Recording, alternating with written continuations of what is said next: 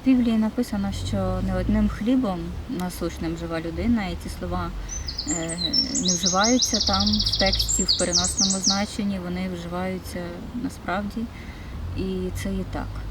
Ми носимо в собі духа, можливості котрих ми не знаємо, і наші тіла Господь створив з праху також досконалими, неодноразово Він про це говорив.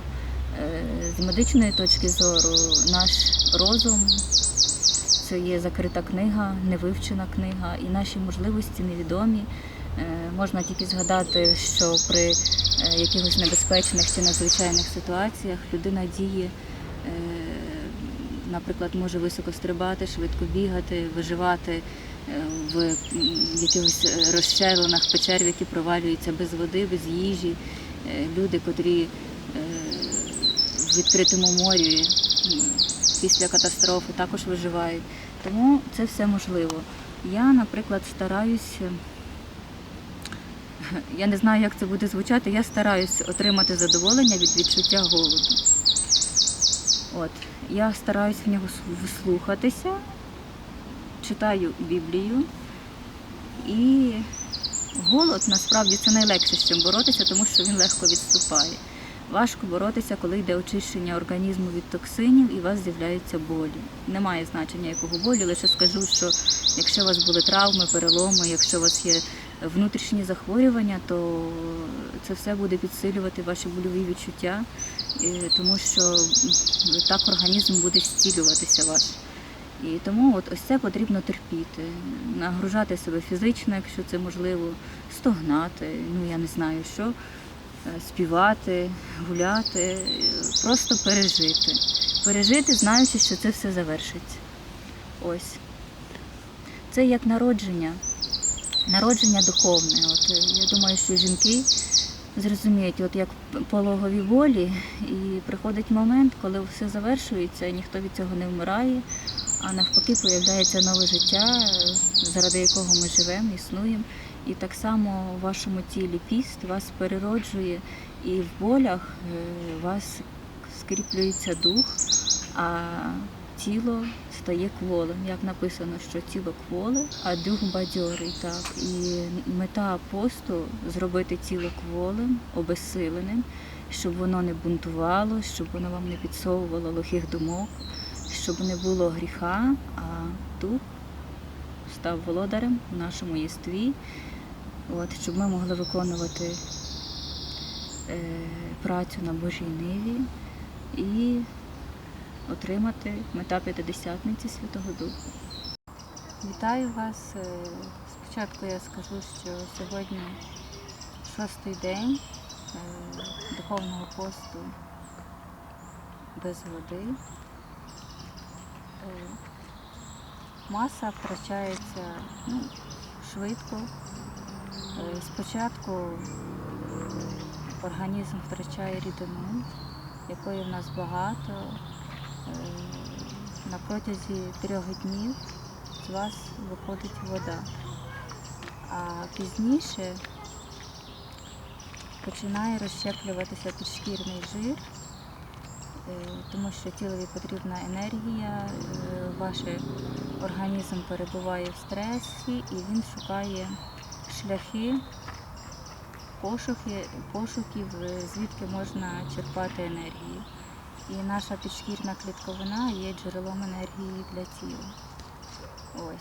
Ось коли після 3-го дня вага втрачається ще швидше і з кожним днем це видно. Скільки кілограм я втратила, я не знаю, тому що я не зважуюсь, але по одягу це суттєво замітно. Після втрати підшкірної клітковини в хід ідуть ваші м'язи. І тут я зупинюсь, тому що дуже важливо, щоб м'язова маса не втрачалась швидко, тому що це призводить до безсилля, постійної втоми. І для цього потрібно не тільки піші прогулки, але й потрібно підтримувати м'язовий тонус. В такому випадку підходить вправи зі статикою, тому що кардіонагрузки неможливі, так як серце просто вискакує з грудей при найменшій нагрузці, і тому я вибрала для свого організму статичні вправи. Що таке статика? Це фіксування якоїсь певної пози, хвилину-дві. Перша вправа – це планка. Ось. Планки бувають різних видів. Більш детальну інформацію ви можете знайти в інтернеті, там є описання, як правильно виконувати вправи. Ось. Я в планці стою хвилину. Для тих, хто ніколи не пробував, достатньо 10 секунд, поступово можна збільшувати час.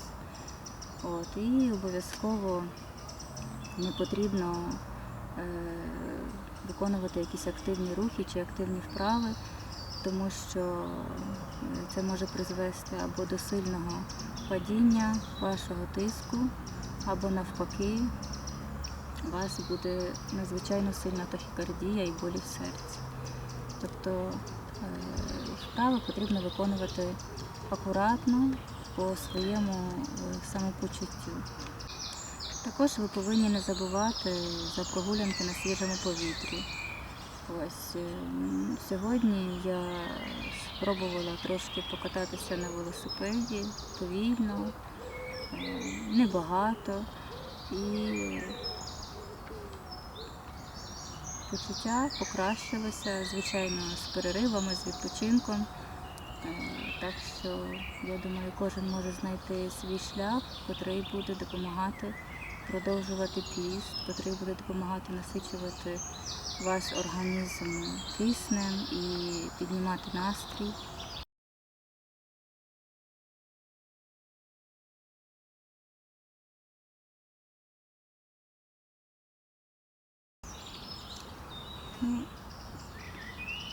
З кожним днем, якщо чесно, стає все важче і важче. Ось, особливо з горизонтального положення на вертикальне. Якщо трошки пришвидшити ходу, також з'являється задишка, серце вискакує з грудей, появилися болі в шлунку, таке відчуття, що він прилип до хребта.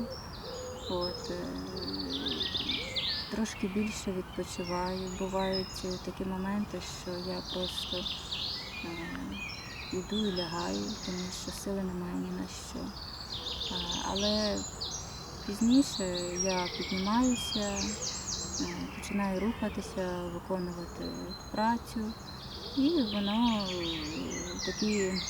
цей стан важкий, він проходить. Також я не говорила ще в жодному відео, що при відмові від води є відчуття холоду, ви постійно мерзнете. Тобто я одягаюсь так, наче зима, мені постійно холодно, використовую різноманітні грілки, щоб зігрітись, і так виходжу з положення. Я думаю, що на перший раз це вже досить такий тривалий срок, і я далі буду дивитися по своєму самопочуттю, і якщо з кожним днем буде ставати важче, гірше, я, можливо, буду переходити на якийсь мікс з вживанням трошки води і сухо. Без води, наприклад, годину я вживаю склянку води, а пізніше вся доба далі знову без води. Поки що рано говорити. Я вірю, що Господь допоможе. І націлена продовжувати, звичайно, без фанатизму. Буду контролювати свій пульс, артеріальний тиск і подивимось.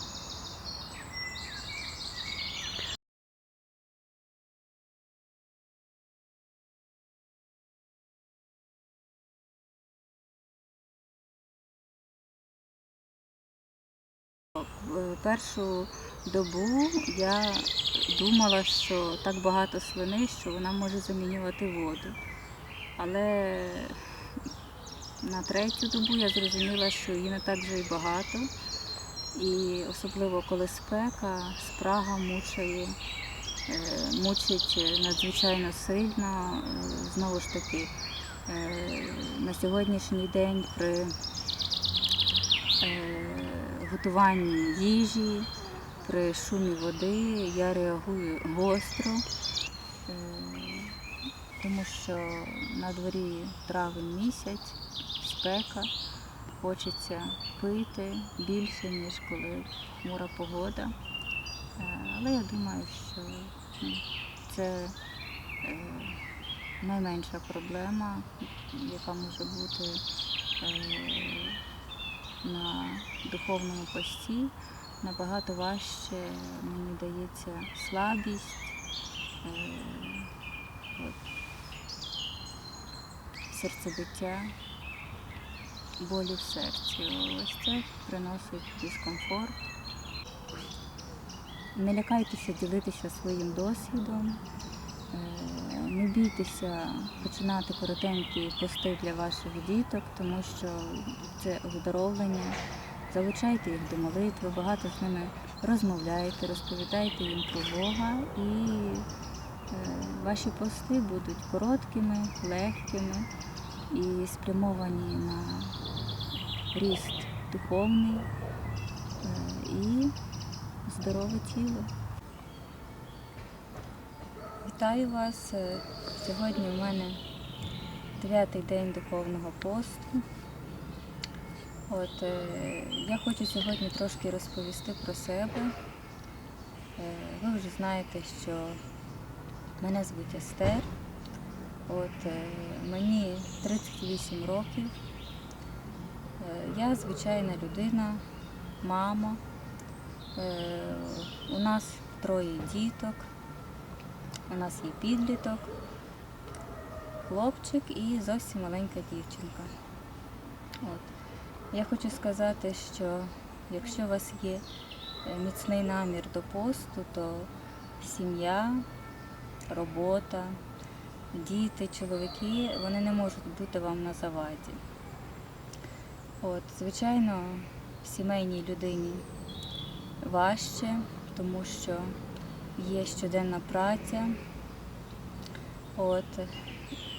яку потрібно виконувати. І незважаючи на втому, яка зараз особливо сильно мене турбує, я стараюсь виконувати працю потрошки. Я хочу сказати, що інколи в мене приходять сумніви, що я недовиконую своїх обов'язок, і в мене викликає це невеличкий дискомфорт. Але я згадую слова з Біблії, коли Господь говорив Марті, що про багато клопочешся, але потрібно одне. І тому я думаю, що робота, вона буде завжди, а піст, котрий ви проводите з Господом, він буває лише раз на рік, і цей час потрібно максимально присвятити йому. Я хочу також розказати трошки про своїх дітей. Я вже говорила, що вони всі постять. Старша дочка починала свої пости з 8 років. Звичайно, це не були пости на воді, це була спочатку відмова від м'ясних страв, від білого хліба, від солодощів, від всього того, що любить дитина. В основному це були овочі, фрукти, каші і в певні дні риба. І по мірі того, як дочка росла, ми пости трошки робили складнішими. Також я хочу сказати, що ні в якому разі не заставляйте дітей. Діти повинні бачити ваш приклад. Тому що в цьому світі батьки, опікуни для них являються дороговказом. Зараз я вже говорила, що дочка доросла, вона може провести одну добу на воді і одну добу без води. Під час постів. Не завжди в неї є бажання. Я завжди знаю, коли вона порушує піст. Не картаю зразу, але просто говорю їй, що я знаю, що вона порушувала. Просто, мабуть, це якась батьківська інтуїція. Я завжди знаю, коли діти роблять щось не так. І дуже часто дитина робить правильні висновки і старається продовжувати пости. На рахунок середнього сина, він маленький зовсім. Я не мама-фанатик, до посту я його не спонукала і більше того, мабуть, ще й не так багато розповідала. Ми більше з ними говоримо про Бога, про гріх, про заповіді, те, що йому цікаво.